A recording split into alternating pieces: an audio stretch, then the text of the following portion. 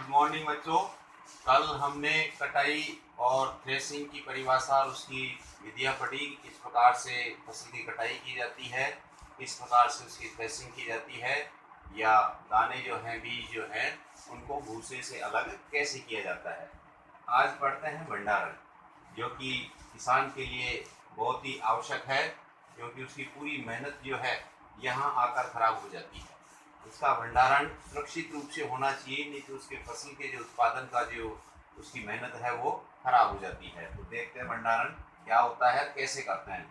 तो फसल के कटाई के बाद फसल के जो दाने हैं या बीज जो हैं, इनको एकत्रित करके सुरक्षित रखना ही भंडारण कहलाता है। तो भंडारण नाम से पता लग रहा है भंडार गृह होगा इसमें, जहाँ इनको इकट्ठा करके रखा जाता है, तो वही क्या कहलाएगा, भंडारण।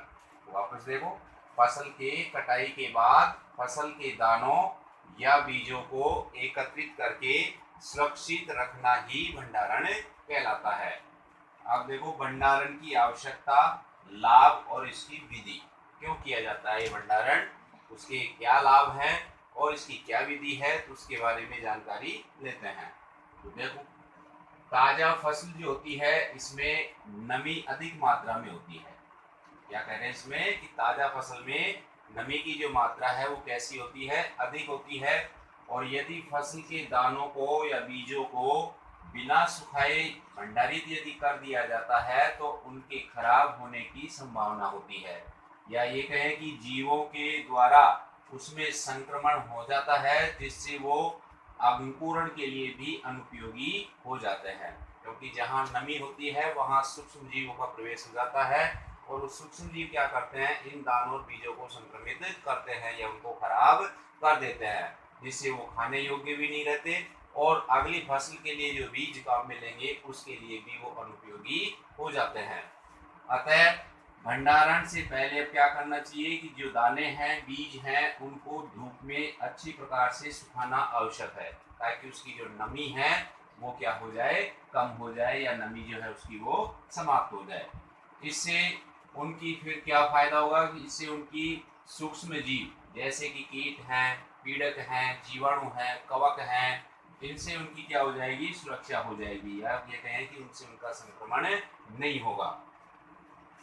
किसान अपनी फसल का उत्पादन का जो भंडारण है वो कैसे कर सकता है, या तो जूट के जो बोरे आते हैं उसमें करते हैं, या धातु के कोई बड़े पात्र हो सकते हैं उसके अंदर उसको इकट्ठा रखते हैं।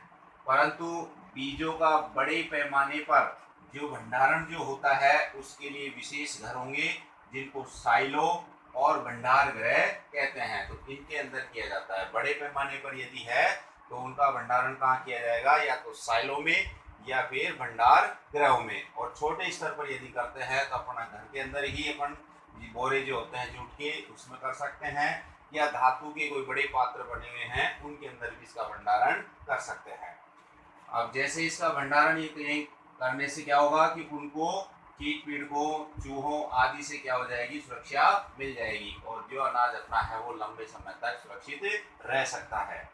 इसमें भी ध्यान रहे कि अनाज भंडारण में अनाज को सुरक्षित करने के लिए, इसको अनाज को सुरक्षित करने के लिए घरों के अंदर अपन क्या करते हैं, नीम की सूखी पत्तियों का उपयोग भी करते हैं। तो उसके अंदर अनाज जो है जैसे डालोगे तो इसमें नीम की सूखी पत्तियां डाल दें तो वो उसको सुरक्षित करने का काम करती हैं, क्योंकि नीम में विषैले पदार्थ होते हैं जो इन कीटों को मार देते हैं, नष्ट कर देते हैं, जिससे अनाज में संक्रमण नहीं होता है। दूसरा देखो, बड़े भंडार गृह जो होते हैं इसमें अनाज को सुरक्षित रखने के लिए विभिन्न प्रकार के रासायनिक पदार्थों का भी उपयोग किया जाता है, या दवाइयाँ जो आती हैं उनका भी उपयोग किया जाता है। तो इस प्रकार से अपन अनाज का भंडारण कर सकते हैं।